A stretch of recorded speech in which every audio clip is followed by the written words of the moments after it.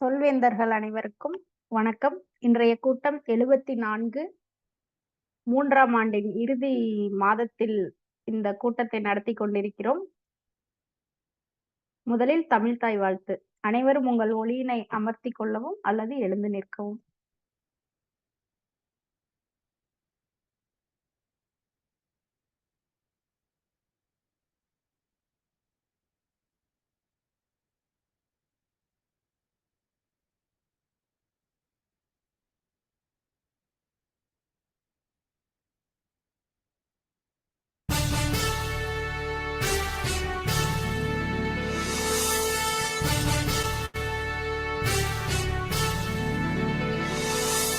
நீராறும் கடலுடுத்த நிலமடந்தை கெழிலொழுகும் சீராறும் மதனமென திகழ்வரத கண்டனிதில் எக்கணமும் அதில் சிறந்த திராவிடனல் திருநாடும் தக்க சிறு திரை நுதலும் தரித்தனரும் திலகமுமே திலக வாசனை போல் அனைத்துலகும் இன்பமுற எத்திசையும் புகழ் மணக்க இருந்த பெரும் தமிழனங்கே தமிழனங்கே உன் சீரிழமை திறம்பியந்து செயல் மறந்து வாழ்த்துதுமே வாழ்த்துதுமே வாழ்த்துதுமே.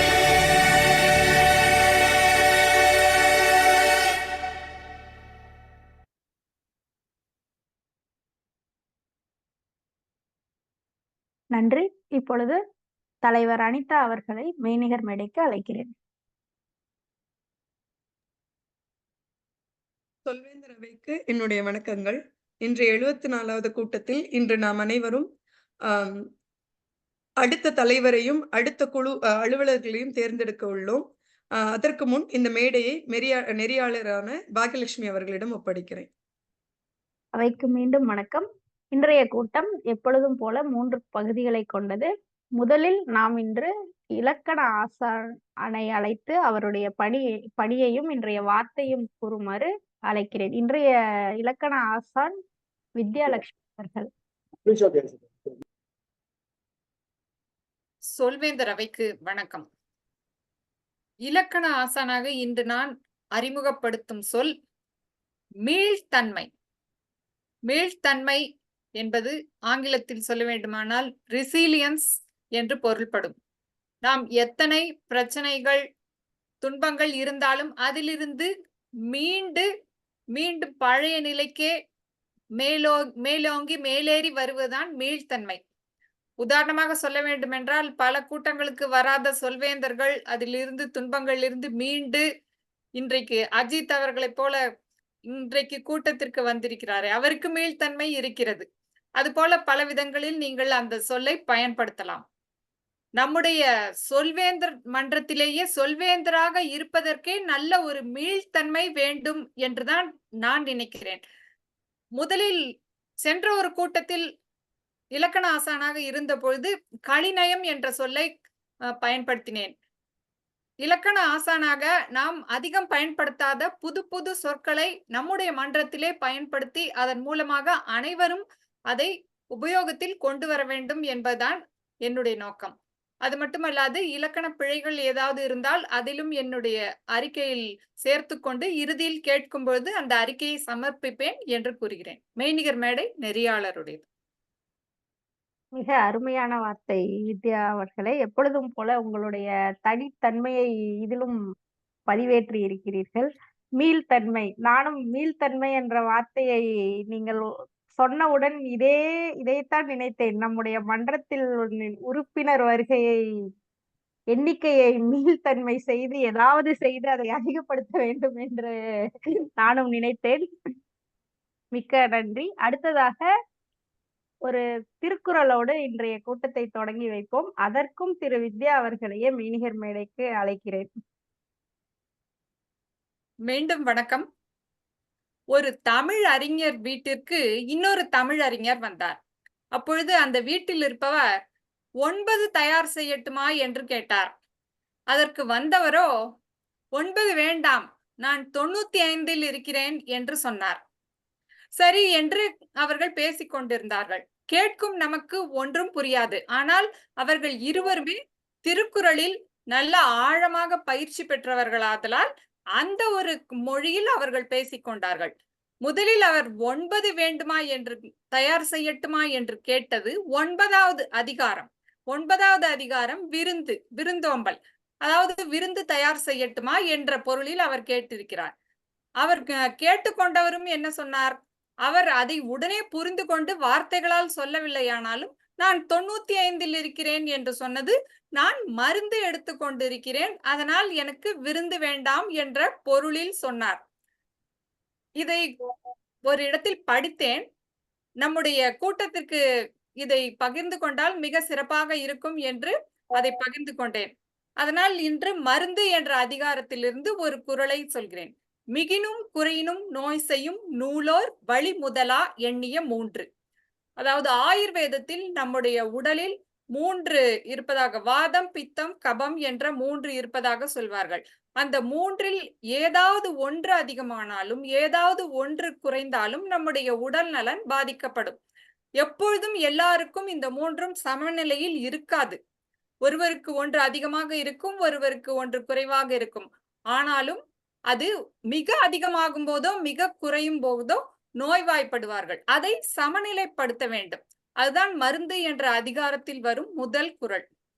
மிகினும் குறையினும் நோய் செய்யும் நூலோர் வழி முதலா எண்ணிய 3. வழி என்பது அந்த காற்று, காற்று, நெருப்பு, நீர், அந்த 3ஐத்தான் ஆயுர்வேதத்தில் வாதம், பித்தம், கபம் என்று சொல்வார்கள். இதை நாம் கருத்தில் கொண்டால் நம்முடைய உடல் நலனை நாம் மேம்படுத்துவதற்கும் ஒரு வழிகாட்டியாக அமையும். எப்பொழுதுமே திருக்குறள் நமக்கு வழிகாட்டியாக இருக்கும் அல்லவா? அதற்காக ஒரு குறள். நன்றி. நன்றி. நாம் ஆயுர்வேதத்தை மீள்தன்மை செய்வதற்காக அந்த ஒரு குறளையும் இங்கே நம்முடைய அவைக்கு கூறியுள்ளீர்கள். மிக்க நன்றி. அடுத்ததாக உபரிச்சொல் கணக்கீட்டாளராக திரு கண்ணன் அவர்கள் இருக்கிறார். உபரிச்சொல் கணக்கீட்டாளராகவும் வெற்றி கோப்பை அறிவிப்பாளராகவும் அவரே இருக்கிறார். வந்து உங்கள் பணியினை எங்களிடம் பகிர்ந்து கொள்ளுமாறு உங்களை அழைக்கிறேன் கண்ணன் அவர்களே. முதலில் சொல்வேந்தர் அனைவருக்கும் என்னுடைய வணக்கத்தை தெரிவித்துக் கொள்கிறேன். அசை சொல் கணக்கிடுவதற்காக அசை சொல்லை அதிகமாக உபயோகப்படுத்தும் என்னையே, ஆங்கிலத்தை அதிகமாகப்படுத்தும் என்னையே இன்று நம்முடைய சொல்வேந்தர் மன்றம் நியமித்திருக்கிறது. அதனால் எனக்கு தெரியும், இதனுடைய வலி எனக்கு தெரியும். இந்த வலியிலிருந்து எனக்கும் ஒரு மீள்தன்மை கொடுப்பது போல இந்த பணியை எனக்கு ஒதுக்கப்பட்டிருக்கிறது. யார் யார் எவ்வளவு அசை சொல் பேசுகிறார்கள் என்பதை அளவாக கணக்கிட்டுக் கொண்டு மனதில் சந்தோஷப்படுத்திக் கொள்வேன். ஆகா, நம்மை போல அனைவரும் அசை சொல்லை அதிகமாக உபயோகிக்கிறார்கள். சோ நமக்கு மற்றவர்கள் குறைந்தவர் அல்ல என்று மிகவும் சந்தோஷமாக என் பணியை செய்வேன் என்று சொல்லிக்கொண்டு இந்த மெய்நிகர் மேடையை மறுபடியும் உங்களுக்கு அனுப்புகிறேன். மிக்க நன்றி. அடுத்ததாக உடனடி பேச்சு நெறியாளர் திரு ஜெயபிரகாஷ் அவர்களை மெய்நிகர் மேடைக்கு அழைக்கிறேன், உங்களுடைய பணியினை பகிர்வதற்கு. நன்றி பாக்யா அவர்களே. இன்று என்னுடைய பணி உடனடி பேச்சு. உடனடி பேச்சு ஒரு கருத்தின் மையக்கருத்தை கொண்டு கேள்விகள் உடனடியாக கேட்கப்படும். என்ன கேள்வி என்பது யாருக்குமே தெரியாது. இன்று ஒரு இந்த இந்நாளில் எனக்குமே அந்த கேள்விகள் தெரியாது. இப்பொழுதுதான் நானுமே தயார் செய்து கொண்டிருக்கிறேன். ஒருவருக்கும் 2 நிமிடங்கள் கொடுக்கப்படும். 1 நிமிடத்திலிருந்து 2 நிமிடம் வரை பேசலாம். அந்த கேட்ட கேள்விக்கு தகுந்தபடி நம்ம சமயோஜித புத்தியை கொண்டு அந்த கேள்விக்கு பதிலளிக்க வேண்டும். நன்றி. மிக்க நன்றி. உடனடி கேள்வியே உடனடியாக தயாராகி கொண்டிருக்கிறது இன்று. பார்ப்போம் இன்று. அதுவும் சுவாரஸ்யமாகத்தான் நீங்கள் தயார் செய்வீர்கள் என்ற நம்பிக்கை எங்களுக்கு உள்ளது. அடுத்ததாக நேர கணக்கீட்டாளர் அனிதா அவர்களை மெய்நிகர் மேடைக்கு அழைக்கிறேன். சொல்வேந்தர் அவைக்கு என்னுடைய வணக்கங்கள். நேர கணக்கீட்டாளராக என்னுடைய இன்றைய பணி திட்டமிட்ட பேச்சு, உடனடி பேச்சு மற்றும் மதிப்பீடு செய்பவர்களுக்கான கால கணக்கீடை செய்து உங்களுக்கு சொல்வது. திட்டமிட்ட பேச்சிற்கு 5 முதல் 7 நிமிடங்கள் கொடுக்கப்படும். 5 நிமிடத்தில் பச்சை அட்டையும், 6 நிமிடத்தில் மஞ்சள் அட்டையும், 7 நிமிடத்தில் சிவப்பு அட்டையும் காட்டப்படும். நீங்கள் அந்த குறிப்பிட்ட கால அளவிற்குள் பேச வேண்டும். அது உடனடி பேச்சிற்கு 1 முதல் 2 நிமிடம் கொடுக்கப்படும். கட்டாயமாக 1 நிமிடம் பேச வேண்டும். அது பேசினால் மட்டுமே வாக்குக்கு தகுதி பெறுவோம். 1 நிமிடத்தில் பச்சை அட்டையும், 1 நிமிடத்தில் மஞ்சள் அட்டையும், 2 நிமிடத்தில் சிவப்பு அட்டையும் காட்டப்படும். இதுதான் உடனடி பேச்சிற்கான கால கணக்கீடு. பேசினால் மட்டும் போதாதல்லவா, மதிப்பீடு செய்வதற்கும் கால கணக்கீடு உண்டு. மதிப்பீட்டாளருக்கு 2 முதல் 3 நிமிடங்கள் கொடுக்கப்படும். 2 நிமிடத்தில் பச்சை அட்டையும், 2.5 நிமிடத்தில் மஞ்சள் அட்டையும், 3 நிமிடத்தில் சிவப்பு அட்டையும் காட்டப்படும். இந்த குறிப்பிட்ட கால வரையறைக்குள் மதிப்பீடு செய்ய வேண்டும். இதுதான் நேர கணக்கீட்டாளராக என்னுடைய பணி. மிக்க நன்றி. அடுத்ததாக பொது மதிப்பீட்டாளராக அஜித் அவர்கள். சொல்வேந்தர் அனைவருக்கும் வணக்கம். பொது மதிப்பீட்டாளராக இந்த கூட்டத்தை பொது மதிப்பீடு செய்வேன். அதோடு இன்றைய பேச்சாளரையும் மதிப்பீடு செய்வது இது ஒரு முக்கியமான பொறுப்பு. நாம் பேச்சாளர்கள் எந்தெந்த வகையில் அவர்கள் ஏதாவது தவறு செய்கிறார்களா, இல்லை தவறு செய்தாலும் தவறு செய்யாமல் இருந்தாலும் அவர்கள் தன்னுடைய பேச்சிலிருந்து எப்படி அவர்கள் முன்னேறலாம், அதாவது மீள்தன்மையோடு தான் செய்கின்ற தவறுகளை எல்லாம் சுட்டிக்காட்டி அல்லது அவர்கள் எதில் முன்னேற்றலாம் அவர்களுடைய பேச்சை என்பதை சொல்வதுதான் என்னுடைய பணி. நன்றி. மிக்க நன்றி. அடுத்ததாக நகைச்சுவையாளர், இன்றைய நகைச்சுவையாளராக அனிதா அவர்கள் பொறுப்பேற்றுள்ளார். ஆருங்கள் அனிதா. சொல்வேந்தர் அவைக்கு என்னுடைய வணக்கங்கள். வர வர நகைச்சுவை கூட உடனடியாக இணையதளத்தில் இருந்து சுட முடியும் என்பதை கற்றுக்கொண்டு உள்ளேன் என்று நினைக்கிறேன். இதை நீங்கள் ஏற்கனவே கடந்து வந்தீர்கள் என்றால் பெரிய மனது கொண்டு திரும்பவும் சிரிக்குமாறு அவையை கேட்டுக்கொண்டு என்னுடைய நகைச்சுவைக்குள் செல்கிறேன். அதே போல் முன்னாடியே நான் முன்ஜாமீனும் வாங்கிக் கொள்கிறேன். நகைச்சுவை கருதி பல ஆங்கில சொற்கள் பயன்படுத்தப்படும். இலக்கண ஆசான் கொஞ்சம் இதை கருத்தில் கொண்டு எனக்கு மன்னிப்பை வழங்குமாறு கேட்டுக்கொள்ளப்படுகிறது. ஒரு மாணவர் ஆசிரியர் கிட்ட போயிட்டு ஆசிரியர் கிட்ட சொல்றாங்க, நீங்க எனக்கு நட்டுரே, அதுக்கு நானும் நட்டுரேனா என்னன்னு பாக்குறேன், அதுக்கு அர்த்தமே தெரியல ஆசிரியரே, நீங்க எனக்கு அது சொல்லி கொடுங்கன்னு. ஆசிரியரும் எல்லா அகராதியும் தேடி தேடி பார்த்து ஊஞ்சிட்டாரு. பார்த்துட்டு கண்டுபிடிக்க முடியாதனால ஒரு ஆங்கில ஆசிரியருக்கு இதை சொல்ல முடியலைன்னா அது எவ்வளவு ஒரு கஷ்டமா இருக்கும் இல்லையா? அவனை பார்த்தாலே பார்க்காத போலயே போயிட்டே இருக்காரு. அப்ப அந்த மாணவன் அவரை விடாம தொல்லை கொடுக்குறான். சொல்லுங்க சார், சொல்லுங்க வாத்தியாரே, சொல்லுங்க வாத்தியாரன். வாத்தியார் அவனோட சரி அதுக்கான வார்த்தைகளை ஒவ்வொன்னா சொல்லு, ஸ்பெல்லிங் சொல்லு அப்படிங்கிறாரு. அவன் கொஞ்சமே அவசராம NATURE அப்படிங்கிறான். அதை கேள்விப்பட்ட ஆசிரியர் டே அது நேச்சர்டா, என்னடா நட்டுரேன்னு. உடனே ஆசிரியர் காலில் அவன் விழுந்து அழுகிறான். ஐயோ அப்படியெல்லாம் பண்ணிடாதீங்க, இப்படியெல்லாம் பண்ணேன்னா நான் உன்னை ஸ்கூலை விட்டு அனுப்பிடுவேன் அப்படின்னு சொன்னோன்னே, ஐயோ அப்படியெல்லாம் பண்ணிடாதீங்க, என் மேல நீங்க கருணை காட்டுங்க, என்னோட புடிரே போயிடும் அப்படின்னா, ஃபியூச்சரே போயிடுங்கிறத அந்த அழகுல சொல்லியிருக்காரு நம்ம மாணவர். அது மட்டும் இல்லாம பாத்தீங்கன்னா நிறைய நம்ம எப்பயுமே கணவன் மணியோட நகைச்சுவையெல்லாம் நமக்கு பிரசித்தி பெற்றது இல்லையா?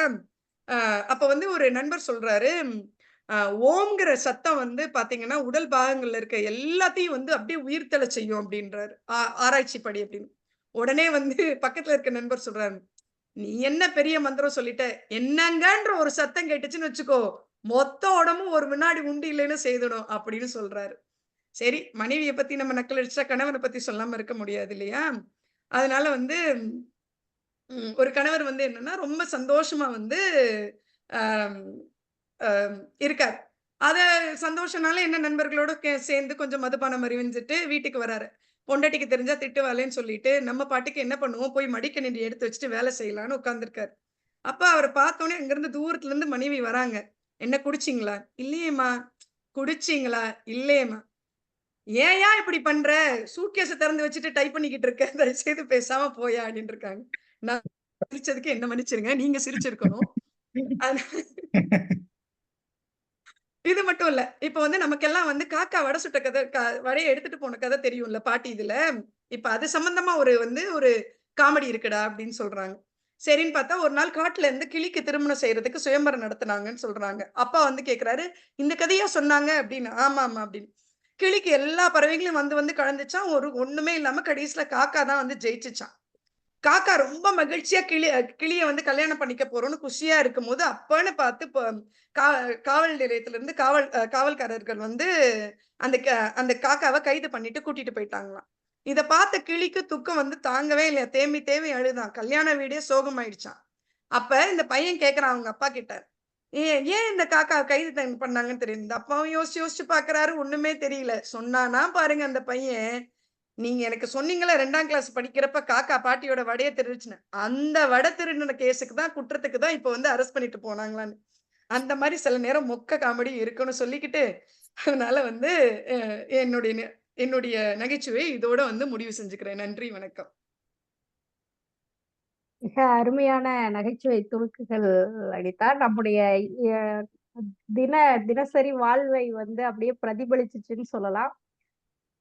அடுத்ததாக தயாரிக்கப்பட்ட பேச்சுக்கு செல்வோம். இதில் திரு கண்ணன் அவர்கள் பேச்சாளராக இன்று ஒரே பேச்சாளராக இருக்கிறார். உங்களுடைய பாதையையும் தலைப்பையும் நீங்களே சொல்லிக்கொண்டு உங்களுடைய பேச்சை தொடங்கலாம் திரு கண்ணன் அவர்களே.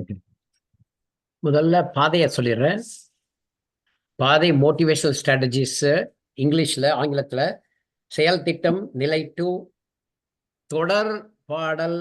தொடர்பாடல் பாணியை புரிந்து கொண்டு அதை பற்றி பேசணும். நான் அதை பத்தி பேச போறது இல்லை, இருந்தா கூட அதை பத்தி பேச போறேன். ஆரம்பிக்கட்டுமா? நான் ஃபர்ஸ்ட் நின்றுட்டு பேச ஆரம்பிக்கலாம் பாக்குறேன். தெரியுதா நல்லா? சொல்வேந்தர் அனைவருக்கும் முதற்கண் எனது வணக்கத்தை தெரிவித்துக் கொள்கிறேன். இந்த செயல் திட்டமே ஆங்கிலத்துல 33 தடவை பேசியாச்சு. தமிழ்ல இந்த மன்றத்திலேயே 2 தடவை பேசியாச்சு. மறுபடியும் அதே தொடர்பாடல் பாணியை புரிந்து கொண்டு பேசுறதுல எனக்கு அவ்வளவா உடன்பாடு இல்லை. அதனால சரி, என்னோட தொடர்பாடல் பாணி இது புரியல. ஆனா எனக்கு பிடித்த தொடர்பாடல் பாணி நம்முடைய வருங்கால தலைவர் ஜேபியோட நகைச்சுவை பாணி. நம்மளால வந்து நகைச்சுவை பேச முடியுமான்னு தெரியாது. இருந்தா கூட காண மயிலாட கண்டிருந்த வான்கோழி போல நானும் நகைச்சுவை ட்ரை பண்ணலாம், முயற்சி பண்ணலாம்னு சொல்லிட்டு ஆரம்பிக்கிறேன். எங்க வீட்டுல எல்லாம் இந்த அக்டோபர் மாதம் வந்தாலே ஒரு பீதி வரும். ஏன்னாக்க ஆண்டுதோறும் ஒரு மருத்துவ பரிசோதனை.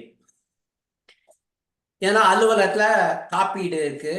அவங்க வந்து இலவசமாக மருத்துவ பரிசோதனை செய்து கொள்ள அனுமதிக்கிறார்கள். கடந்த அக்டோபர் மாதம் நான் போய் மருத்துவ சோதனைக்கு போனேன். என்னுடைய மருத்துவர் டாக்டர் அவர்கள் என்னை பார்த்துட்டு, கண்ணன் என்னாச்சு, தாடி எல்லாம் வச்சிருக்கீங்க அப்படின்னு கேட்டேன். நான் சொன்னேன், நான் ஓய்வு பெறலான்னு இருக்கேன். என்னோட சொல்வேந்தர் மன்றத்தையே என்ன வயோதிகர்னு சொல்ல ஆரம்பிச்சிட்டாங்க. ஸோ இப்பதான் நான் வந்து ஓய்வு பெறத்துக்கு நேரம் வந்தாச்சுன்னு தெரிஞ்சு போச்சு. நான் ஓய்வு பெறலான்னு இருக்கேன்னு. அவர் உடனே மருத்துவ பரிசோதனை அறிக்கையெல்லாம் பார்த்துட்டு, கண்ணன் நீங்க இனிமே அரிசி சாப்பிடக்கூடாது, ரொட்டி சாப்பிடக்கூடாது, பச்சை காய்கறி தான் சாப்பிடணும். நான் உடனே பதறி போய், என்னங்க ஆச்சு, என்னாச்சு, என்ன சொல்றது இந்த ரத்த பரிசோதனை அப்படின்னா, இல்ல ஓய்வு பெற போறேன்னு சொல்றீங்களே, இனிமே உங்களுக்கு சம்பளம் வராத, அதனால இதெல்லாம் விடுங்கன்னு சொல்றேன்னு சொல்லிட்டு அனிதா தலைவர், நம்ம மன்ற தலைவர் அனிதா மாதிரியே ஒரு மொக்க ஜோக்க அடிச்சாங்க. சரி, வீட்டுக்கு அங்க இருந்து வந்துட்டு பேசாம இருக்கலாமே, சொந்த சிறந்த சூனியம் வச்சுக்கிற மாதிரி அப்படியே போய் என் மனைவிட்ட ஒப்பிச்சிட்டேன். எதுவா இருந்தாலும் ஒப்பிச்சிட்டேன். அவங்க ஃபர்ஸ்ட் என்ன சொன்னாங்கன்னாக்க, கரடி மாதிரி இருக்கும் போதே தாடிய மழிச்சு வைங்க, எவ்வளவோ தடவை சொன்ன கேட்கல. கரடி மாதிரி இருக்கீங்க, கொலரோட போனீங்கன்னா கரடி எல்லாம் ஓடி போயிடும் அப்படின்னு சொன்னாங்க. சரி, வேற என்ன சொன்னாங்க டாக்டர்? நம்ம தான் அப்படியே சொல்லுவோமா? அத்தனையும் சொன்னேன். நான் நினைச்சேன் அப்படின்னு ஆரம்பிச்சுட்டு, இனிமே உங்களுக்கு அரிசி கிடையாது. அவங்க ஒரு ஜோக்குக்கு சொன்னாமா, என்னோட A1C லெவல் வந்து நல்லா தான் இருக்குது, சக்கரை வியாதிலாம் இல்ல.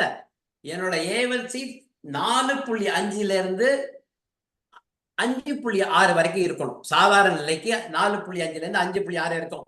எனக்கு வந்து 5.3 இந்த, அதாவது இந்த சாதாரண நிலையில இந்த பக்கம் இருக்கு, அது இந்த பக்கம் வரணும். என் மனைவி உடனே சொல்லிட்டாங்க, இல்ல டாக்டர் சொல்லிட்டாங்க, இனிமே பச்சை காய்கறி தான் அப்படின்னு முடிவெடுத்தாச்சு.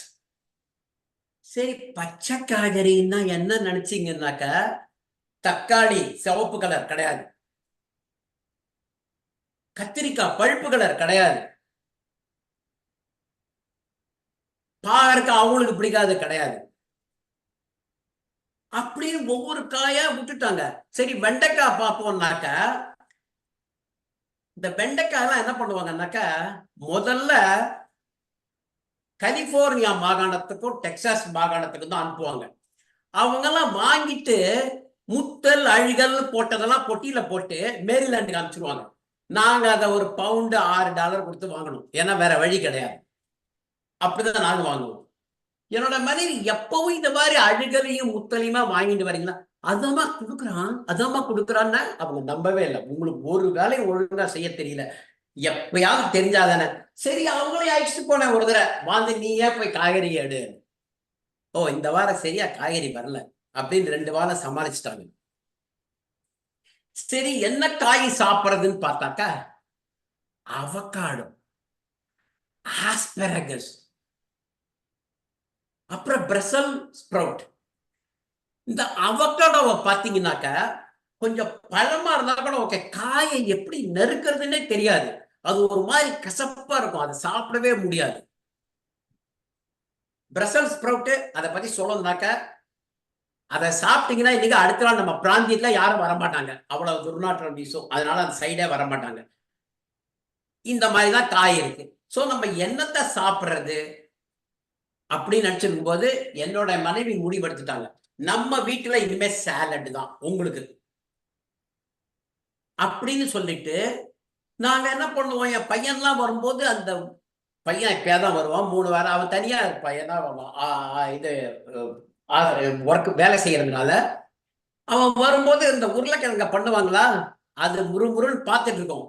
நமக்கு வந்து இந்த அவகாடோவோ ஆஸ்பரகஸையும் பார்த்துட்டு, என்னடா இது, இதெல்லாம் பச்சை காய்கறியா, நம்ம பச்சை காய்கறிலாம் என்ன ஆச்சு, நமக்கு இந்த பச்சை காய்கறி, இந்த காய்கறி ஆங்கில காய்கறில இருந்து மீள்தன்மை இருக்குமா, எப்பயாவது நம்ம பச்சை காய்கறியை சாப்பிடுவோமா அப்படின்னு நினைச்சு ஏங்கி கொண்டிருந்துதான் இந்த பேச்சை பேசுறேன். நல்ல வாய்ப்புக்கு நன்றி கூறி விடைபெறுகிறேன். வணக்கம்.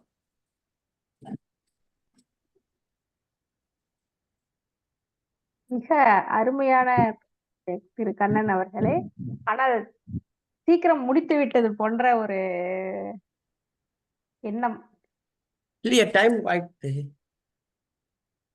ஆயிடுச்சு, டைம் நீங்க பார்த்திருக்கேன். இல்லை, உங்களுடைய பேச்சு சுவாரஸ்யத்திற்காக சொல்கிறேன். திடீரென்று திரைப்படத்தில் முடிக்க வேண்டுமே என்று ஒரு இறுதி காட்சியை போட்டு முடிப்பார்கள் அல்லவா, அது போலதான் இருந்தது இன்று. உங்களுடைய பேச்சினை சுவாரஸ்யமாக கேட்டிருந்தோம். அவ்வப்போது நீங்கள் இப்படி அந்த அந்த பக்கம் வேறு பார்த்தீர்கள், நாங்கள் உங்கள் மனைவி இருக்காங்களா பயந்துட்டே பார்த்தேன், அது ஒண்ணு. 2வது டைம் 6 நிமிஷம் ஆயிடுத்தான்னு பார்த்தேன், 6 ஆயிரத்தினோடதான் நிறுத்தினேன். 5:50 6 ஆயிடுச்சு, அதனால நிறுத்தினேன். ஆனா வந்து மனைவி வந்து கேட்டுட்டு இருக்காங்க, ஒரு பயம் கல்யாணம் ஆயிடுச்சுங்க, ரொம்ப 35 வருஷம் ஆயிடுச்சு, அதனால ஒரு பயம் இருக்கும்ல. அதனால் இன்று உங்களுடைய பேச்சு மிகவும் என்ன சொல்வது, ஆங்கிலத்தில் லைவ்லி என்று சொல்வார்கள் அல்லவா, அது போன்ற இருந்தது இன்று. மிக அருமையாக இருந்தது. மதிப்பீட்டாளர் எனிவே அவர் வழங்குவார் அவருடைய உரையை. நாம் இப்பொழுது அடுத்த கட்டமாக உடனடி பேச்சுக்கு செல்லலாம். வாருங்கள் திரு ஜெயப்பிரகாஷ் அவர்களே, உங்களுடைய உடனடி பேச்சினை நெறியாள்கை செய்யவும். நன்றி பாக்யா அவர்களே. இன்றைய உடனடி பேச்சுக்கு மையக்கரு ஒன்றும் கிடையாது. என்னால் முடிந்த அளவு தயார் செய்து கொண்டு கேள்விக்கணைகளை தொடுக்க தயாராக உள்ளேன். 35 வயதானாலும் மனைவிக்கு இன்னும் பயந்து கொண்டுதான் இருக்கிறார் கண்ணன். 35 வருட திருமண வாழ்க்கையிலும் பயந்து கொண்டுதான் இருக்கிறார். இதற்கு ஒரு மீள்தன்மையே கிடையாதா? அப்படி என்றுதான் கேட்க வேண்டும். முதல் கேள்வி, நீங்கள் வாகனத்தில் சென்று கொண்டிருக்கிறீர்கள். எதிர்பாராத விதமாக உங்க அலுவலகத்திலிருந்து ஒரு கூட்டத்திற்கு இணைய வேண்டும். உங்களுடைய தொலைபேசியில் இணைய வேண்டிய செயலி வேலை செய்யவில்லை. எப்படி சமாளிப்பீர்கள்? பாலா அவர்களே. இந்த கேள்வி எனக்கு தான் வரும்னு தெரியும். அதனால நன்றி. ஒன்னும் பிரச்சனை இல்லை. நாங்க தனியா எங்கேயாவது போகணும்னா தனியாலாம் போக மாட்டோம். கூட்டத்துக்கு குடும்பத்தோட தான் போவோம். அதனால என்னுடைய மனைவியோட போனையோ அல்லது என்னுடைய பையன் அவனுடைய தொலைபேசியோ வச்சுட்டு எப்படி இணைய முடியும்னு பார்த்து எப்படியாவது இணைய வேண்டியதான். அப்படி இல்லை அப்படின்னா அடுத்து என்ன பண்ணலாம் என்று கூறினால், நம்முடைய இது இருக்கு இல்லையா, தொலைபேசி இருக்கு இல்லையா, அதுல வந்துட்டு சூடான தளத்தை ஏற்றிவிட்டு அதுக்கப்புறம் அதை உபயோகித்து நம்முடைய மடிக்கணினியில் நாம் என்ன செய்யலாம்னாக்க நம்முடைய வேலையை பார்க்கலாம். அதனால் இது ஒரு பெரிய விஷயமாக இருக்காது என்று நினைக்கிறேன். ஏதோ ஒண்ணு கண்டுபிடிச்சிருவோம். இல்ல எதுவுமே இல்லையா, போற வழியில ஏதாவது நமக்கு இருக்கவே இருக்கு. ஆபத் பாந்தவன் ஸ்டார்பக்ஸ் அங்க பக்கத்துல எங்க இருக்குன்றத பார்த்து அங்க போய் உட்கார்ந்து நம்மளுடைய வேலையெல்லாம் முடித்து கொண்டு அதுக்கப்புறம் அங்க இருந்து கிளம்பலாம். இது சும்மா வெளியில ஏதோ பார்ப்பதற்காக போறதுனால.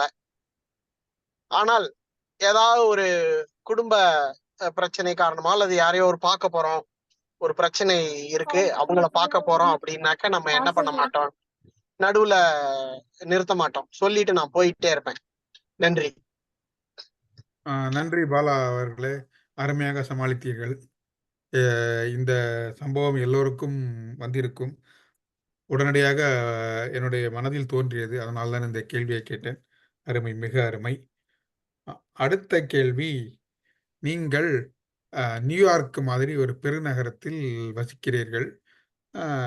சீருந்தை விட பேருந்தில் செல்வதுதான் சுலபமாக இருக்கும். பேருந்திற்காக வெகு நேரம் காத்திருக்கிறீர்கள். பேருந்து வருகிறது. பேருந்தில் ஏறியவுடன் ஓட்டுநர் மற்றும் நடத்துனர் சொல்கிறார், காசு இருக்க வேண்டும், கடன் அட்டை செல்லாது என்று கூறுகிறார். இப்பொழுது என்ன செய்வீர்கள்? சுதா அவர்களே. அனைவருக்கும் வணக்கம். ஜேபி அவர்களே, என்னை பார்த்து எதற்காக இந்த கேள்வியை கேட்டீர்கள் சொல்ல வேண்டும். நான் காசு இல்லாமல் பயணித்திருக்கிறேன். எனது சிறு வயதில் எனக்கு தெரியாது என்னிடம் காசு இல்லை என்று. 6வது படிக்கும்போது நான் 1 வருடம் 2 வருடம் வீட்டிலிருந்து பள்ளிக்கு பொது பேருந்தில் சென்றிருக்கிறேன். அப்படி செல்லும் போது ஒரு அட்டை ஒன்று கொடுப்பார்கள். அந்த அட்டை கொண்டு வரவில்லை என்றால் நாம் காசு கொடுத்துதான் அந்த கட்டணத்தை கட்ட வேண்டும். அந்த அட்டையை மறந்து விட்டேன். ஆனால் என்னிடம் எப்பவும் ஒரு புத்தகத்தில் ஒரு பக்கத்தில் இடையில் ஒரு ₹1 நோட்டோ ஏதோ வைத்திருப்பேன்.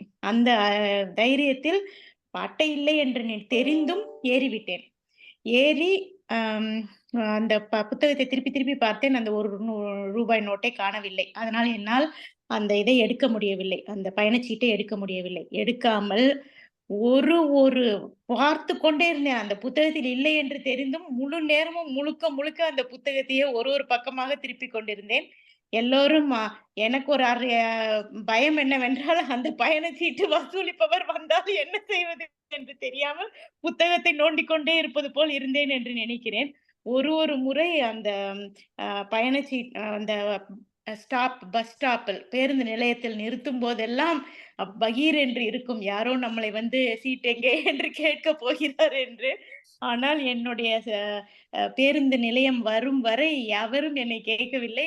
நான் இறங்கி ஓடி வந்து விட்டேன் வீட்டுக்கு. அந்த மாதிரி செய்ய மாட்டேன் கண்டிப்பா.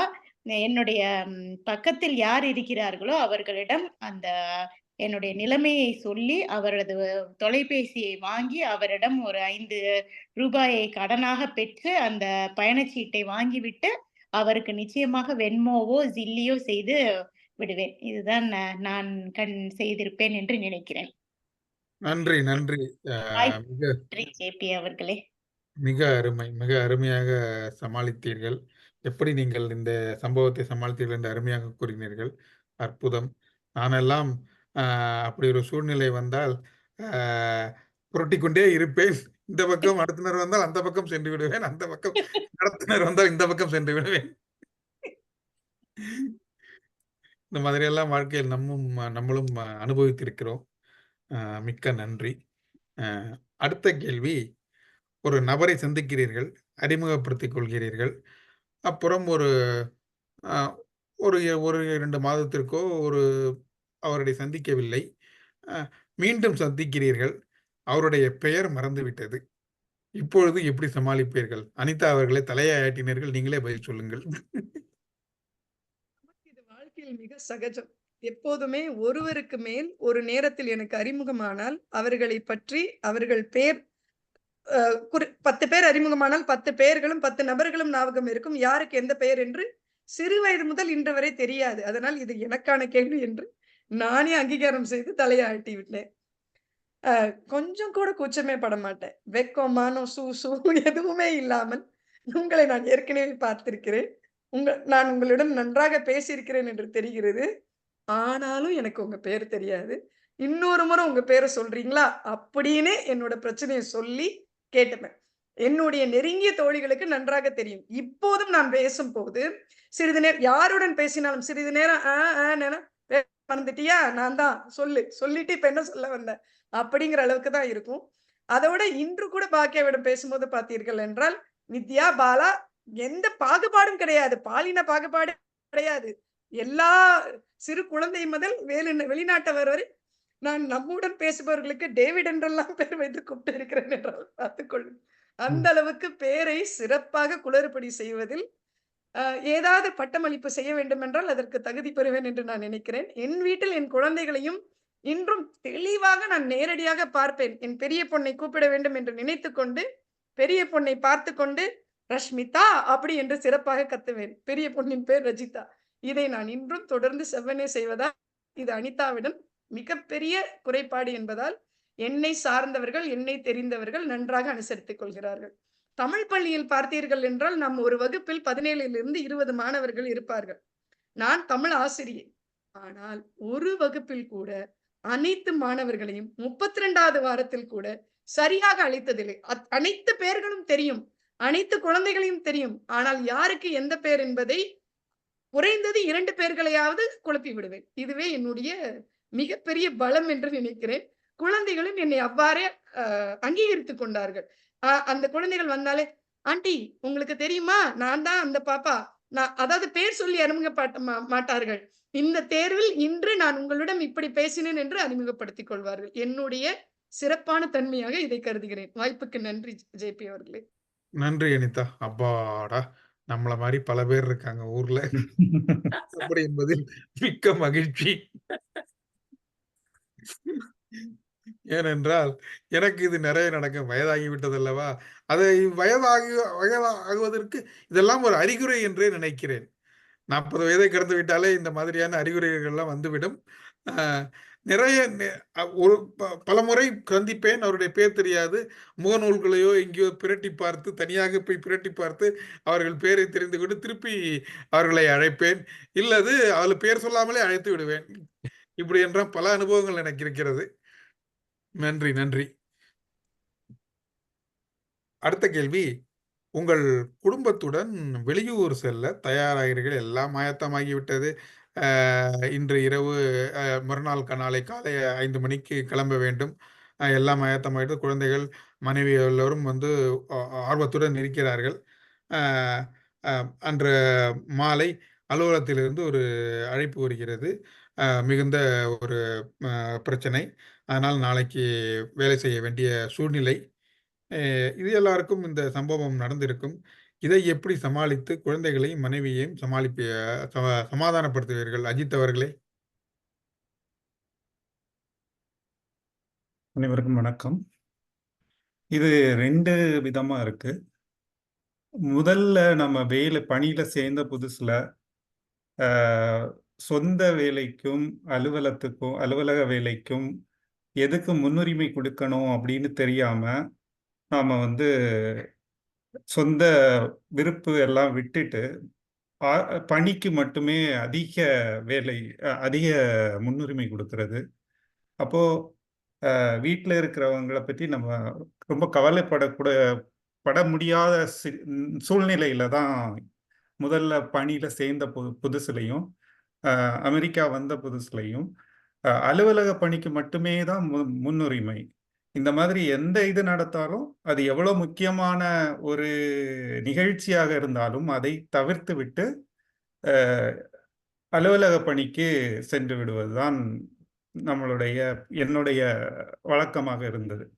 காலப்போக்கில் கொஞ்சம் கொஞ்சமா புரிய ஆரம்பிச்சது. சொந்த வேலைகளுக்கு என்ன முன்னுரிமை கொடுக்க வேண்டும்,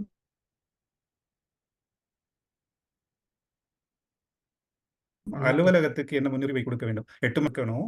ஆனா நம்ம குழந்தைகள், நம்மளுடைய குடும்பத்துக்கு, நம்மளுடைய சொந்த வேலைகளுக்கு முன்னுரிமை கொடுக்க வேண்டியது விஷயங்களுக்கு நாம் முன்னுரிமை கொடுக்கணுங்கிறது காலப்போக்கில் தெரிஞ்சுக்கிட்டு. அதாவது முதல்ல நம்ம புதுசா சேரும்போது நாம் அந்த தைரியமாக அந்த முடிவுகளை எடுக்க முடியாது. அந்த காலத்தில் நிறைய சொந்த விஷயங்களை விட்டு பணிக்கு மட்டுமே முன்னுரிமை கொடுத்து போயிருக்கோம். இப்போ அப்படி இல்லை. நான் முடிவு பண்ணிட்டேன், திட்டமிட்டுட்டேன், நான் போகணும், நீ வேற யாரையாவது வச்சு பார்த்துக்கோ, எனக்குன்னு ஒருத்தர் இருப்பாங்க யாராவது, நான் மட்டுமே தான் அந்த பணியை செய்யணும்னு இல்லை. அப்போ நான் இல்லைன்னா இன்னொருத்தர் பண்ணுவாங்க, அவங்கள கை காமிச்சு விட்டுட்டு நம்ம கிளம்புறோம். நன்றி அஜித் அவர்களே. நீங்கள்லாம் இந்த மாதிரியா பண்ணியிருக்கீங்க. எனக்கெல்லாம் ஒரு சில சம்பவம்லாம் நடந்திருக்கு. என்னுடைய அக்கா பெயரும் எனக்கு கீழே வேலை பார்ப்பவர் பெயரும் ஒரே பெயர். என்னுடைய குழந்தையிடம் யாரோ என்னுடைய குழந்தையிடம் என் அக்கா பேரும் ராதா யார் தெரியுமா என்று கேட்கிறார்கள். யாரோ உறவினர் வந்திருக்கிறார், எங்கள் அக்கா பேரை சொல்லி தெரியுமா இருக்கிறார்கள். என்னுடைய மகள் சொல்கிறாள், அப்பாவிற்கு அடிக்கடி ஒருவர் தொலைபேசியில் அழைப்பார்கள் அலுவலகத்திலிருந்து, அவர்தான் ராதா சொல்கிறார்.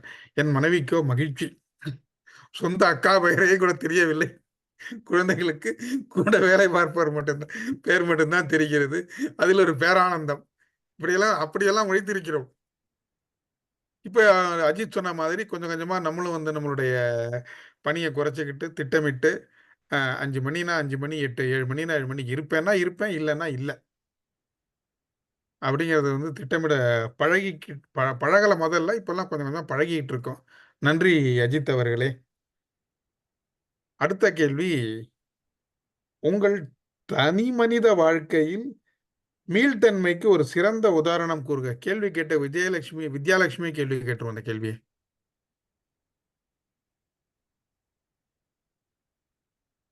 மீள்தன்மை வைத்து அதிலேயே வினாவை போட்டு கேட்டுவிட்டீர்கள். சுலபமான கேள்வி போல தெரியும், ஆனால் மிகவும் கடினமான கேள்வி என்றுதான் நினைக்கிறேன். இந்தியாவில் இருந்த சூழ்நிலைக்கும் இங்கே வந்து வாழும் சூழ்நிலைக்கும் நிறைய வேறுபாடு இருக்கின்றது. அதை ஒரு பேச்சில் கூட பேசினேன். அங்கு நம்முடைய தட்பவெப்பநிலை, குடும்ப சூழ்நிலை, அக்கம் பக்கம் அது போன்ற அதிலிருந்து விடுபட்டு இங்கே வந்து ஒரு தனியாக யாரையும் தெரியாது, அக்கம் பக்கத்தில் பேச முடியாது, அது போன்று இருக்கும்போது அந்த சூழ்நிலையிலிருந்து மாறி வருவது, அதுவே ஒரு மீள்தன்மை இருந்தால்தான் இங்க நாம் ஒத்து போக முடியும். மேலும் அதோட ஒட்டியும் நாம் இந்த நாட்டுக்கு சூழ்நிலைக்கு தகுந்தவாறு நம்மை மாற்றிக்கொள்வதும் ஒரு மீள்தன்மையின் ஒரு பகுதிதான் என்றுதான் நினைக்கிறேன். முதலில் தனிமையை வெல்வது என்பது ஆரம்பத்தில் மிகவும் கடினமாக இருந்தது.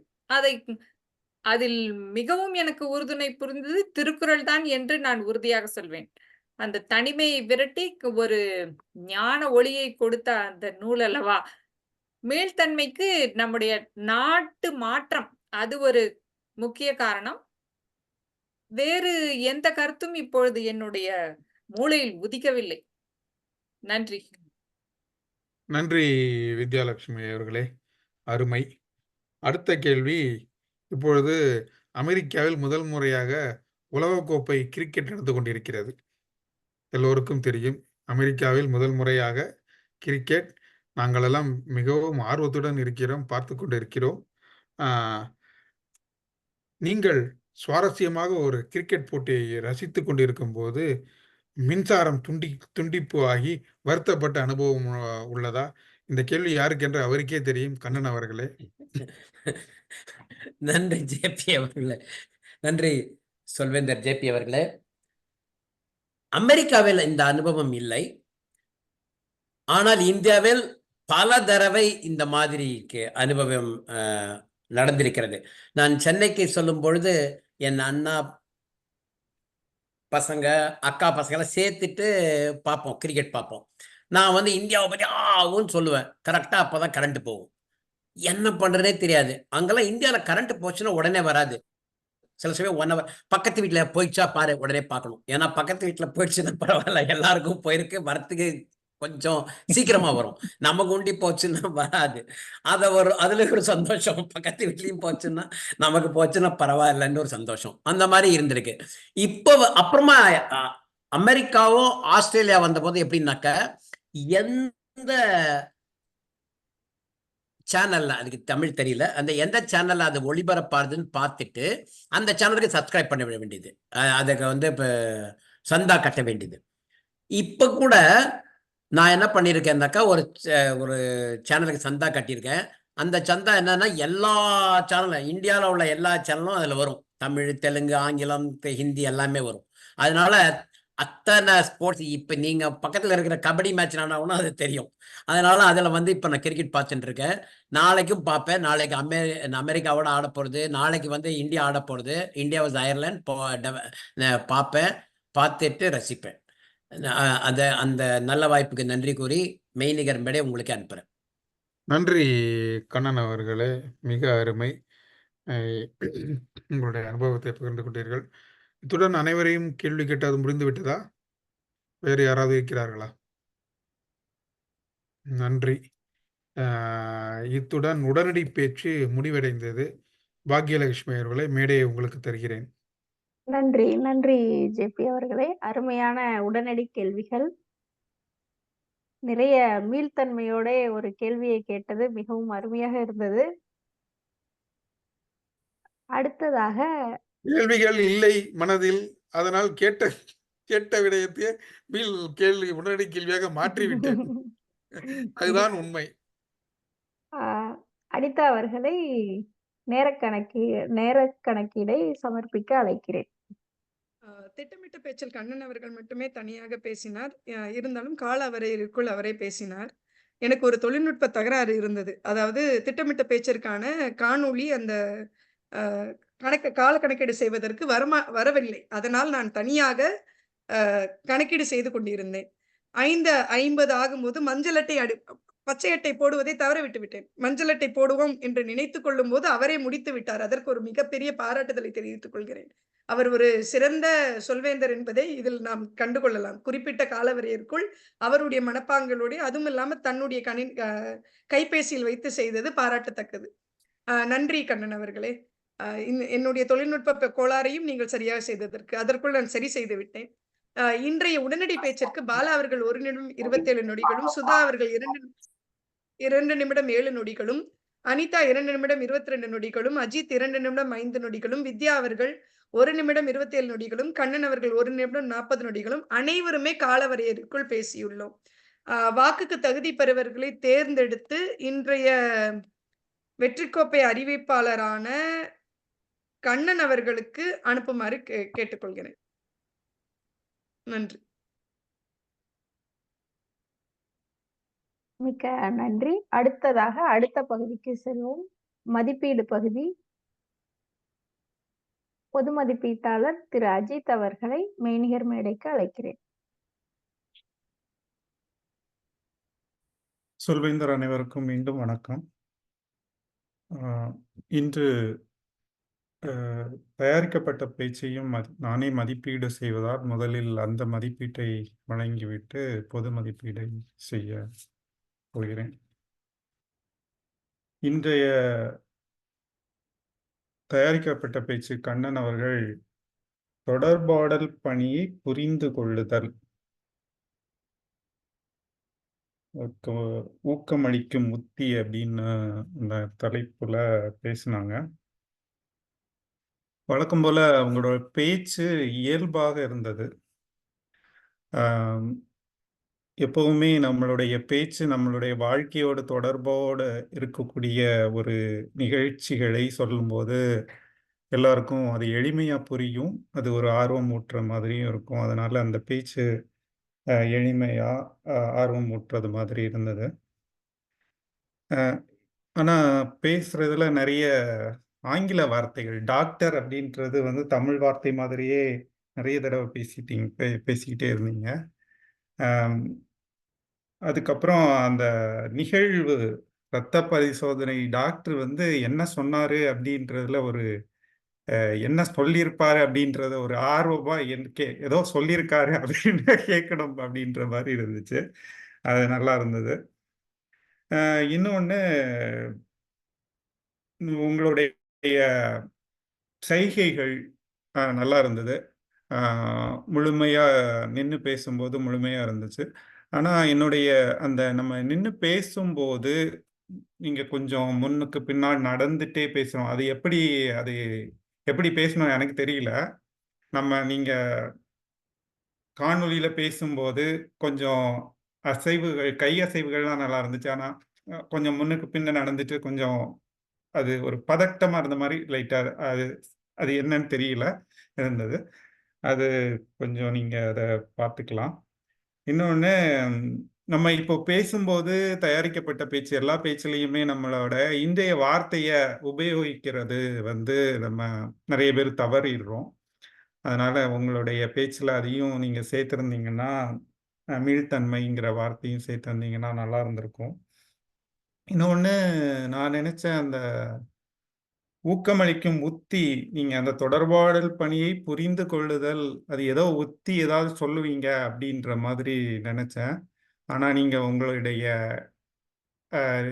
வாழ்க்கையில் நடந்த அந்த சுவாரஸ்யமான நிகழ்வை சொல்லிட்டு அப்படியே திடீர்னு முடிவு சொன்ன மாதிரி இருந்துச்சு. அது பாக்யலட்சுமி சொன்ன மாதிரி திடீர்னு கேட்டுகிட்டே இருக்கும்போது திடீர்னு முடிந்த மாதிரி இருந்துச்சு. அது வந்து கொஞ்சம் அதை நீங்கள் என்ன சொல்லுறீங்க அப்படின்ற அந்த முடிவை சொல்லியிருந்தீங்கன்னா நல்லாயிருக்கும் அப்படின்ற அதை வந்து கொஞ்சம் நீங்கள் இது பண்ணிக்கலாம். ஏன்னா தயாரிக்கப்பட்ட பேச்சுனால அதை கொஞ்சம் பார்த்துக்கலாம் அப்படின்றது. மற்றபடி பேச்சு வழக்கம் போல நல்ல இயல்பாக இருந்தது. நன்றி.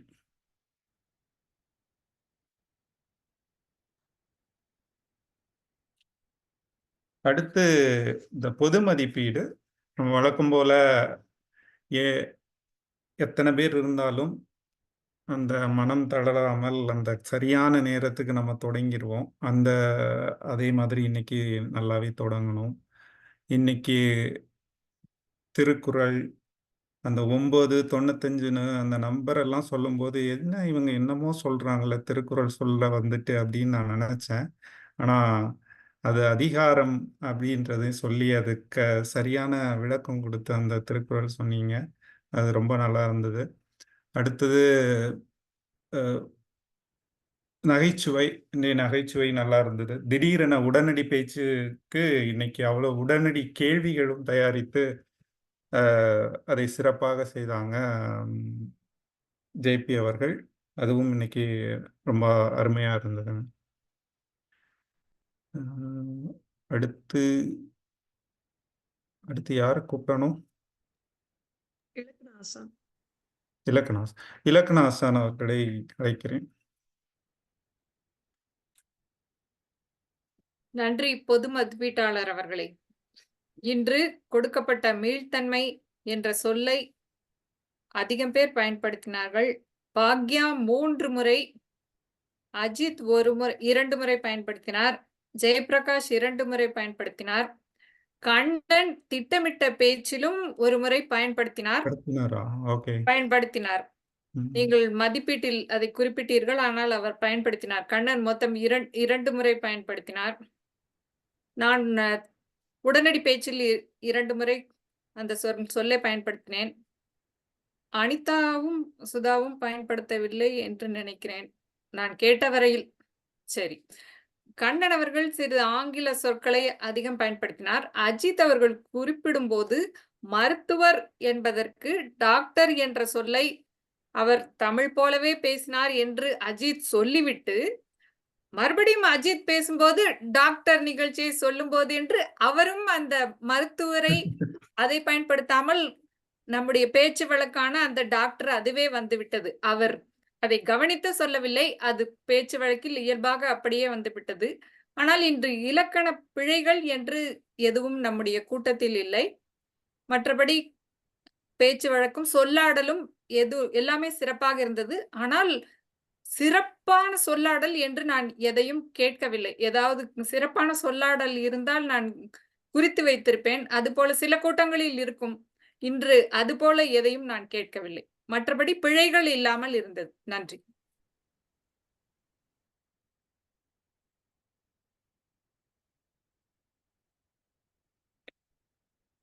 அடுத்து உபரிச்சொல் கணக்கீட்டாளர். நன்றி பொது மதிப்பீட்டாளர் அஜித் அவர்களே. நான் இந்த பணியை சரியாக செய்யவில்லை. ஏனென்றால் நான் என்னுடைய பேச்சு முடிந்த பிறகுதான் இதை ஆரம்பித்தேன். முதலில் யார் எதை பேசினார்கள் என்பதை நான் சரியாக குறித்து கொள்ளவில்லை. பிறகுதான் ஆரம்பித்தேன். அதற்காக முதலில் இந்த சொல்வேந்தர் மன்றத்திடம் மன்னிப்பு கூறிவிட்டு பிறகு எப்பொழுது கணக்கிட்டதை மட்டும் கூறுகிறேன். கண்ணன் முதலே சொல்லிவிட்டார்கள் ஆங்கில வார்த்தைகள் அதிகமாக இருந்தது என்று. நான் டாக்டரை ஆங்கில வார்த்தை என்று எண்ணவில்லை. நன்றி, அதை நீங்கள் கொண்டு வந்ததற்கு நன்றி. ஆனால் மருத்துவர் என்று நாம் சொல்வதில்லை, டாக்டர் என்று தான் சொல்கிறோம். அதனால் அதை தமிழ் சொல்லாகவே நான் பாவித்து விட்டேன். இரண்டாவது, வித்யா அவர்கள் பேசும்பொழுது அவர்களைப் போல பேச வேண்டும் என்பதுதான். ஏன்னா ஒரு அசை சொல் கூட இல்லை. ஆங்கிலத்தில் ஃப்ளூயன்சி என்பார்கள், அது மிக மிக அழகாக இருந்தது வித்யா அவர்களிடம். அஜித் 4 முறை நான் எண்ணினேன், பிறகு எண்ணுவதை விட்டுவிட்டேன். நிறையாக இருந்தது. அனிதா அவர்களிடம் 2 முறை தான் இருந்தது, அவ்வளவாக இல்லை. மற்ற நாட்களை பார்க்கும் பொழுது இன்று அவ்வளவாக இல்லை. ஏனென்றால் உங்களுடைய கணக்கை நான் சரியாக எடுத்துக்கொண்டேன். மற்றவர்கள் எல்லாமே குறிப்பிட்டு தகுந்தபடிதான் பேசினார்கள். ஜேபி அவர்கள் 1 or 2 தான். ஜேபியும் அவ்வளவாக இன்று அசை சொல்லவில்லை. இன்று எல்லோருமே சிறப்பாக பேசினார்கள் என்று கூறிக்கொண்டு நான் என் பணியை பாதியிலிருந்து தொடங்கினேன் என்றும் சொல்லிக்கொண்டு இந்த மெய்நிகர் மேடையை பொது மதிப்பீட்டாளரிடம் திருப்புகிறேன். நன்றி. அடுத்து ஒரு விண்ணப்பம். எனக்கு இதுவரை 2 பேர் தான் வாக்கு செலுத்தியிருக்கிறார்கள். அதனால் உடனடி பேச்சுக்கு தகுதியானவர்களை உடனடி வாக்கு செலுத்துமாறு தாழ்மையுடன் கேட்டுக்கொள்கிறேன்.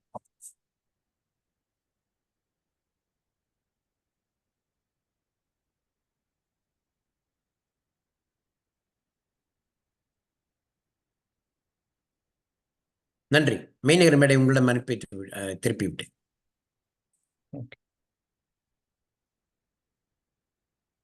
இப்போது அடுத்து வெற்றி கோப்பை அறிவிப்பாளரை அறிவிக்க கண்ணன் அவர்களை அழைக்கிறேன்.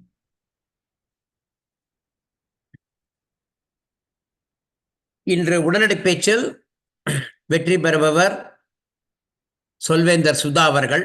அவர்களுக்கு என்னுடைய மனமார்ந்த வாழ்த்துக்கள். சிறந்த மதிப்பீட்டாளர் அஜித் அவர்கள். நீங்கள் உங்களுடனே போட்டி போட்டுக் கொண்டீர்கள். நன்றி. மெய்நிகர் மேடை உங்களிடம் திருப்புகிறேன். சிறந்த பேச்சாளர் கண்ணன் நீங்களே. அது ஒரே அதனால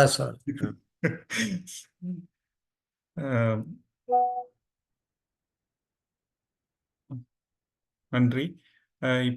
இப்போது மெய்நிகர் மேடையை சொல்வேந்தர் பாக்யாவிடம் படைக்கிறேன்.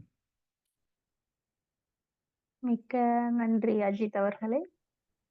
நான் இப்பொழுது தலைவர் அனிதாவை மெய்நிகர் மேடைக்கு அழைக்கிறேன்.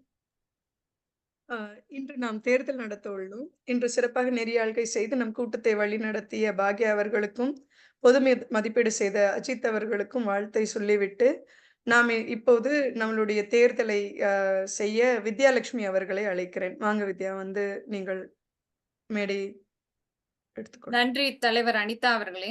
சொல்வேந்தர்கள் அனைவருக்கும் வணக்கம். 2024 2025 ஆண்டுக்கான தேர்தல் நடைமுறைகள் இப்போது தொடங்குகின்றன. ஒவ்வொரு பதவிக்கும் தேவையான முன்மொழிதலை நான் 3 முறைகள் கேட்பேன். 3 முறைகள் கேட்டு முடிந்த பின் அந்த பதவிக்கான முன்மொழிதல்கள் முடிந்துவிடும். அந்த பதவிக்கு வேட்பாளர் யாரும் இல்லை என்றால் பின்னர் வேட்பாளரை தேர்ந்தெடுக்க மன்ற நிர்வாகத்தில் முடிவு செய்து கொள்ளலாம். ஒரே பதவிக்கு ஒன்றுக்கு மேற்பட்ட வேட்பாளர்கள் இருந்தால் ஒவ்வொருவருக்கும் 2 நிமிடங்கள் அவர்கள் தரப்பில் பேச வாய்ப்பு கொடுக்கப்படும். அதன் பின்பு வாக்கெடுப்பு நடத்தப்பட்டு வெற்றியாளர் அறிவிக்கப்படுவார். இப்போது தலைவர் பதவிக்கான மனு தாக்கல் தொடங்குகிறது. அதற்கான முன்மொழிதலை அறிவிக்கலாம். நான் சொல்வேந்தர் JP தம்புசாமி அவர்களை தலைவராக நியமிக்க முன்மொழிகிறேன். நான் அவரை வழிமொழிகிறேன். வேறு யாராவது இந்த மன்றத்தின் தலைவர் பதவிக்கு மனு தாக்கல் செய்கின்றீர்களா? ஜெயபிரகாஷ் அவர்களே, நீங்கள் தலைவர் பதவியின் மனு தாக்கலுக்கு ஒத்துக்கொள்கிறீர்களா? ஒத்துக்கொள்கிறேன். வேறு யாராவது இந்த மன்றத்தின் தலைவர் பதவிக்கு மனு தாக்கல் செய்கின்றீர்களா? 3வது முறை. வேறு யாராவது இந்த மன்றத்தின் தலைவர் பதவிக்கு மனு தாக்கல் செய்கின்றீர்களா? யாரும் இல்லாததால் போட்டியின்றி நம்முடைய சொல்வேந்தர் மன்றத்தின் வரும் ஆண்டின் தலைவராக ஜெயபிரகாஷ் அவர்கள் தேர்ந்தெடுக்கப்படுகிறார். ஜெயபிரகாஷ் அவர்களுக்கு நம்முடைய வாழ்த்துதல்கள். அடுத்ததாக உதவி தலைவர் கல்வி. உதவி தலைவர் கல்வி பதவிக்கான மனு தாக்கல் தொடங்குகிறது. நான் சுதா பாண்டித்துரை அவர்களை முன்மொழிகிறேன். நான் பாக்யலட்சுமி சொல்வேந்தர் பாக்யலட்சுமியை வழிமொழிந்து சுதாவை மறுபடியும் வேட்பாளராக VP கல்வியின் வேட்பாளராக வழிமொழிகிறேன்.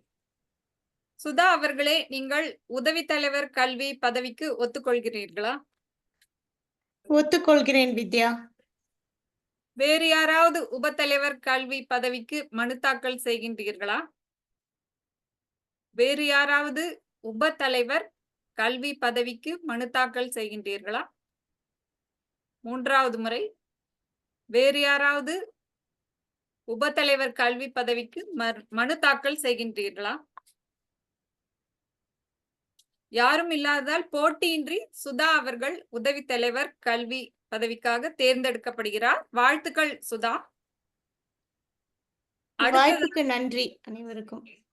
அடுத்ததாக உதவி தலைவர் உறுப்பினர் சேர்க்கை. இதற்கான மனு தாக்கல் செய்யலாம். உறுப்பினர் சேர்க்கைக்காக நான் அஜித் அவர்களை முன்மொழிகிறேன். நான் அஜித் அவர்களை வழிமொழிகிறேன். உதவி தலைவர் உறுப்பினர் சேர்க்கை பதவிக்கு வேறு யாராவது மனு தாக்கல் செய்கின்றீர்களா? உதவி தலைவர் உறுப்பினர் சேர்க்கை இதற்கு வேறு யாராவது மனு தாக்கல் செய்கின்றீர்களா? உதவி தலைவர் உறுப்பினர் சேர்க்கை பதவிக்கு வேறு யாராவது மனு தாக்கல் செய்கின்றீர்களா? அஜித் அவர்களே, நீங்கள் உதவி தலைவர் உறுப்பினர் சேர்க்கை பதவியை ஒத்துக்கொள்கிறீர்களா? ஒத்துக்கொள்கிறேன். வேறு யாரும் மனு தாக்கல் செய்யாதால் போட்டியின்றி அஜித் அவர்கள் உதவி தலைவர் உறுப்பினர் சேர்க்கைக்கு தேர்ந்தெடுக்கப்படுகிறார். வாழ்த்துக்கள் அஜித் அவர்களே. நன்றி. அடுத்ததாக உதவி தலைவர் மக்கள் தொடர்புக்கு மனு தாக்கல் செய்யலாம். நான் உதவி தலைவர் மக்கள் தொடர்புக்கு வனிதா அவர்களை முன்மொழிகிறேன். வனிதா அவர்களால் இன்று கூட்டத்தில் இணைய முடியவில்லை, ஆனால் அதற்கு அவர் சம்மதம் தெரிவித்துள்ளார் என்பதையும் தெரிவித்துக் கொள்கிறேன். நான் அனிதா அவர்கள் சொன்னதற்கு வழிமொழிகிறேன். வேறு யாராவது உதவி தலைவர் மக்கள் தொடர்பு பணிக்கு மனு தாக்கல் செய்கின்றீர்களா?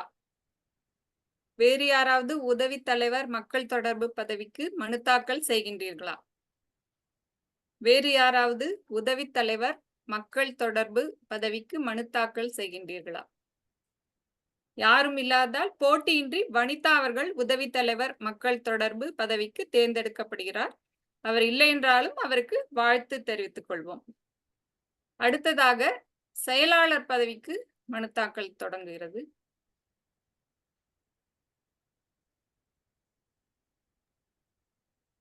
வித்யலட்சுமி அவர்களை செயலாளர் பதவிக்கு முன்மொழிகிறேன். நான் வழிமொழிகிறேன். வேறு யாராவது செயலாளர் பதவிக்கு மனு தாக்கல் செய்கின்றீர்களா? வேறு யாராவது செயலாளர் பதவிக்கு மனு தாக்கல் செய்கின்றீர்களா? வேறு யாராவது செயலாளர் பதவிக்கு மனு தாக்கல் செய்கின்றீர்களா? போட்டியாளர் யாரும் இல்லாததால் செயலாளர் பதவிக்கு வித்யாலட்சுமி தேர்ந்தெடுக்கப்படுகிறார் என்பதை தெரிவித்துக் கொள்கிறேன். அடுத்தது பொருளாளர் பதவிக்கான மனு தாக்கல் தொடங்குகிறது. நான் பாலா அவர்களை பொருளாளர் பதவிக்கு முன்மொழிகிறேன்.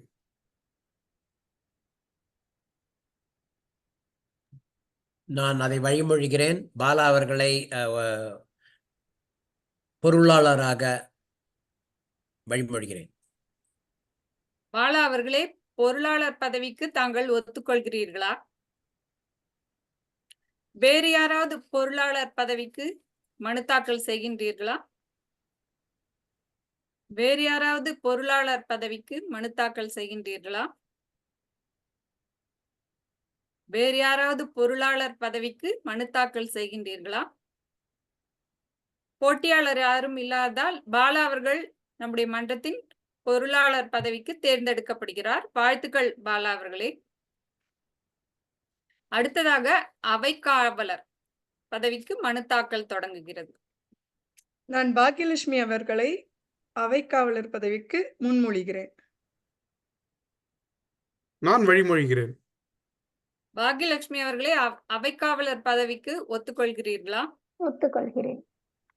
வேறு யாராவது அவைக்காவலர் பதவிக்கு மனு தாக்கல் செய்கின்றீர்களா? வேறு யாராவது அவைக்காவலர் பதவிக்கு மனு தாக்கல் செய்கின்றீர்களா? வேறு யாராவது அவைக்காவலர் பதவிக்கு மனு தாக்கல் செய்கின்றீர்களா? வேறு யாரும் இல்லாதால் போட்டியின்றி பாக்கியலட்சுமி அவர்கள் அவைக்காவலர் பதவிக்கு தேர்ந்தெடுக்கப்படுகின்றார். வாழ்த்துக்கள் பாக்கியலட்சுமி அவர்களே. தேர்ந்தெடுக்கப்பட்ட அனைத்து அலுவலர்களுக்கும் வாழ்த்துகள்.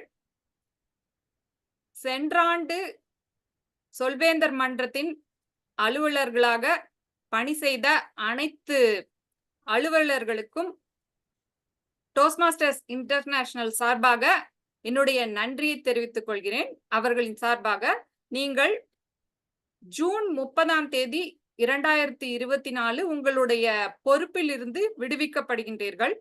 புதிதாக தேர்ந்தெடுக்கப்பட்ட அத்தனை அலுவலர்களும் ஜூலை 1ஆம் தேதி 2024 உங்களுடைய பொறுப்புகள் தொடங்குகின்றன.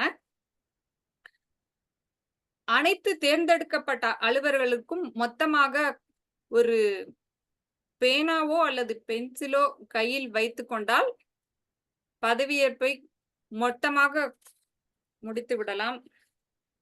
மன்றத்தின் அவைக்காவலர், பொருளாளர், செயலாளர், உதவித் தலைவர் மக்கள் தொடர்பு, உதவித் தலைவர் உறுப்பினர் சேர்க்கை, உதவித் தலைவர் கல்வி, தலைவர் ஆகிய அனைவரும்